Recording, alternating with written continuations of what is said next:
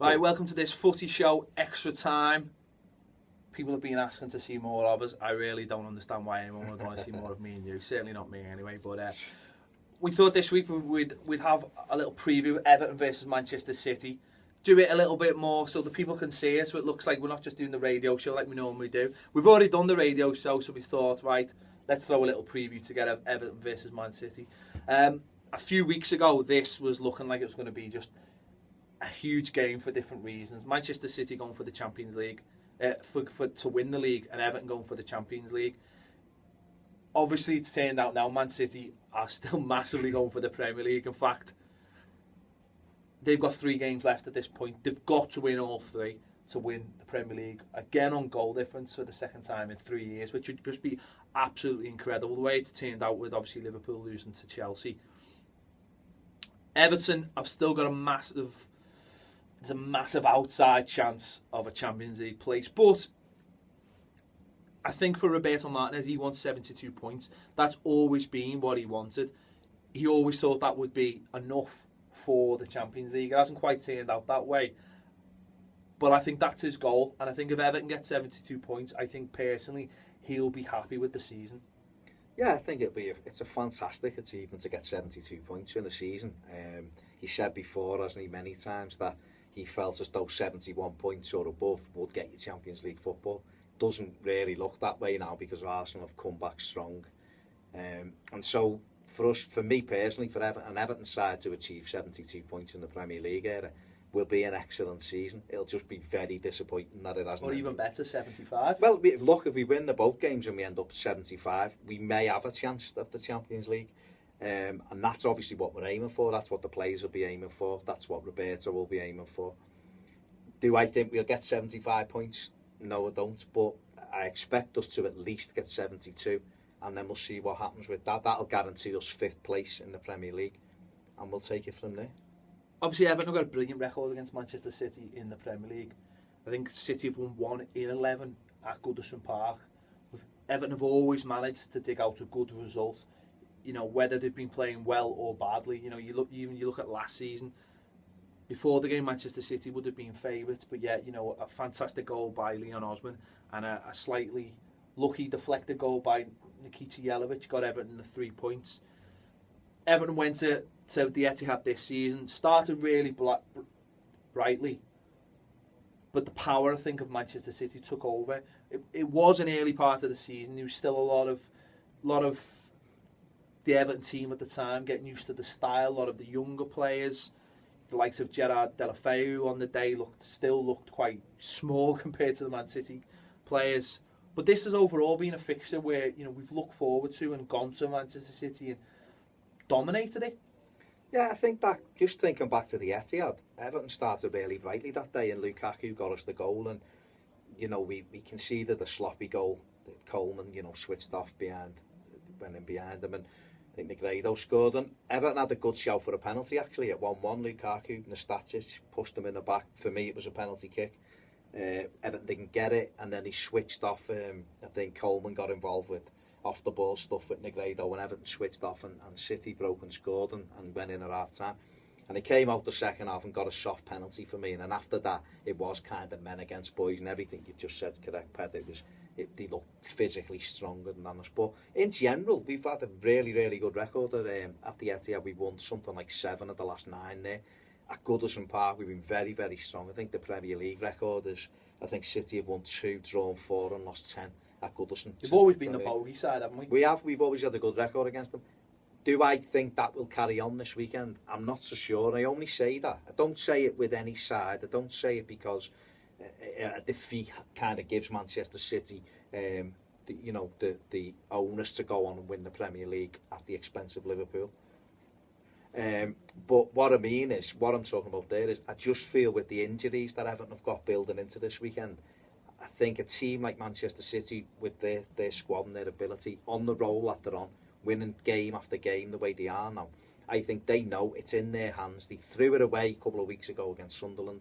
They've been giving it back unexpectedly. I think maybe people thought Liverpool-Chelsea may end in a draw at the weekend, which still would have required Liverpool not to win, to drop more points. The fact Liverpool lost City, no, 3 wins, and they're Premier League champions. Talking about you've mentioned there the squad and the injured players.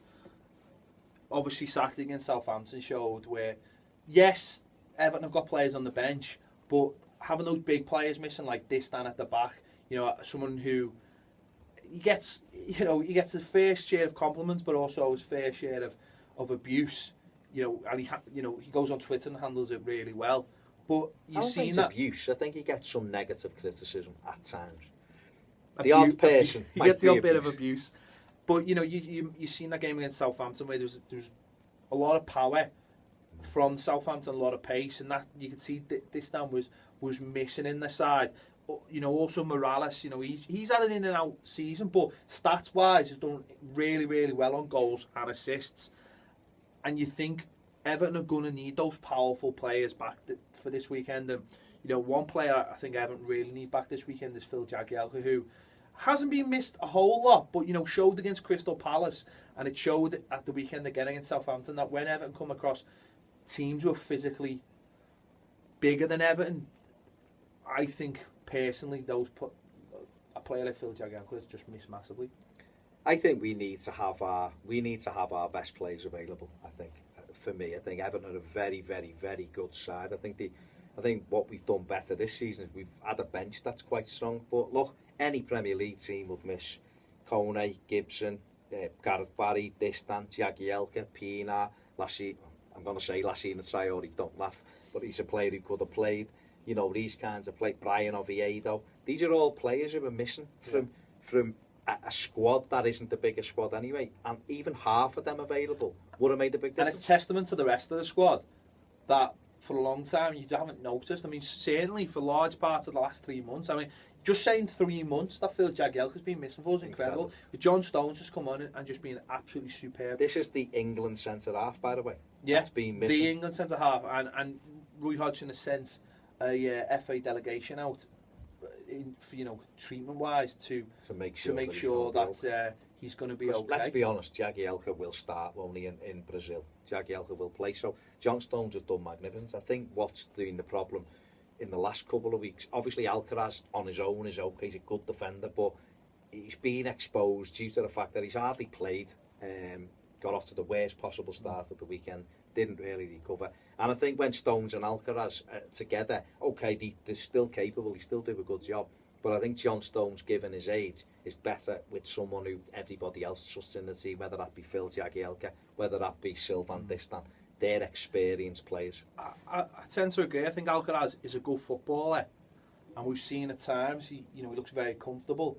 But at other times, you've seen in the Southampton game where it was an absolute needless header, and he's ended up basically changing the game from doing something really silly. And you look at that mentality and think, for the big games, you really want your players who've been there, seen it and done it, not someone who's only managed to play 3 or 4 appearances all season. You don't want them for the big games, and this is something we've talked about before, and we've always spoken about the squad, and we know we've got a better squad this season, but we need to have an even better squad if you're going to compete for 38 Premier League games, a run in the League Cup, a run in the FA Cup, and hopefully a run in some kind of European competition.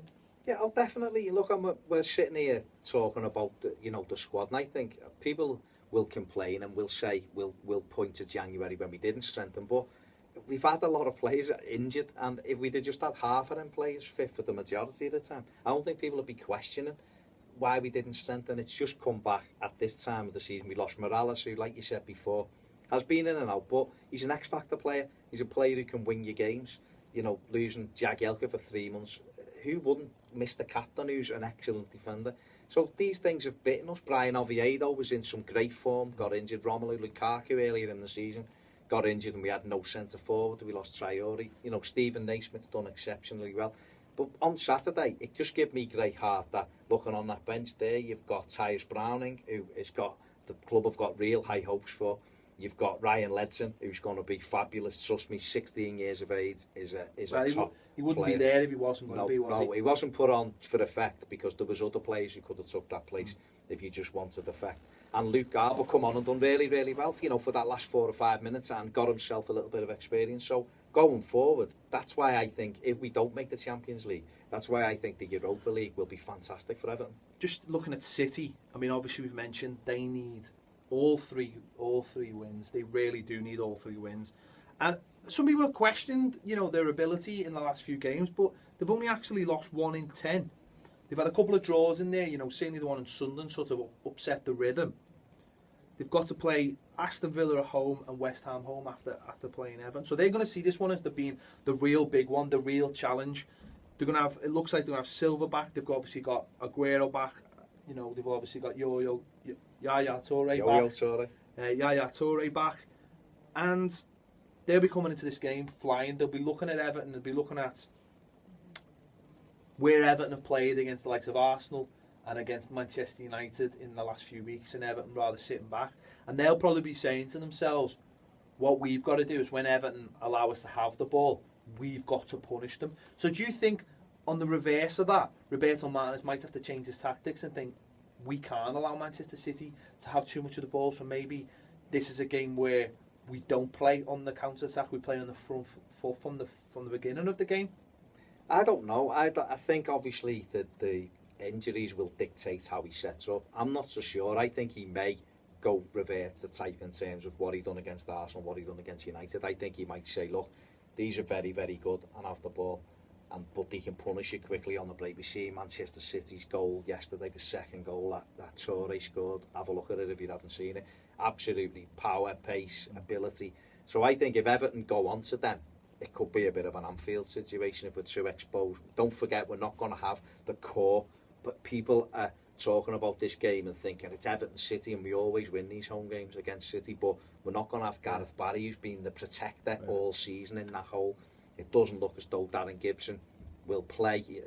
We don't hear anything about it. A lot of people will be scratching their heads and going, well, he hasn't played all season, but I think is in that role. Roberto Martinez that probably had hopes that we could get back for this game, even if it was just a one. He may be on the bench. He may be on the bench, but what we're talking about is who plays that role, Ped. Who will play that role, though? Would you Leon think? Osman. Leon Osman will play it. Osman and McCarthy will be in because there. For me, that was the big mistake against Crystal Palace, where you didn't have McCarthy in there, but you didn't have a McCarthy light either. You had Ross Barkley, who at this stage in his career isn't ready for that role because he just doesn't have the defensive discipline. Up against Fernandinho and Yaya Toure, who's big and strong, how do you cope with that? Even the likes of James Milner, who's physical but gets up and down. They're such powerhouses, and I think they will be looking at Everton and thinking this is a dangerous game for us because Everton are very strong at home, but they've got some big players missing and we've got to take advantage.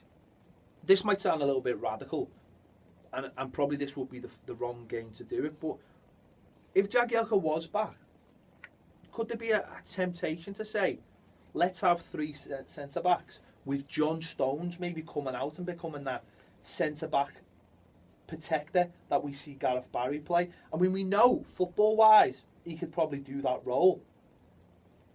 And it wouldn't be too surprising, though, Roberto Martinez and the way he likes to change things up, that he could actually take. Because early on in the season, he tried to do it with John Heitinger. John Heitinger, I think, just didn't have the pace or maybe the attitude to do it. He probably thought, right, I want out of this club rather than playing new roles. If it came down to having Leon Osman, who is much of a fantastic servant for the club as he is, he is light, he's not physically able to maybe play that position. I can see where you're coming from, and he does like 3-5-2, he's used it before, and if he looks at this game and thinks we'll be better suited to have a back 5 almost at times and have that insurance, go with the 3, still going to have Osman, Barkley and McCarthy as the 3. Is it going to be a 5? Might he offer a 5-4-1 instead and have Naismith dropping off Lukaku and try and just pack it and try to...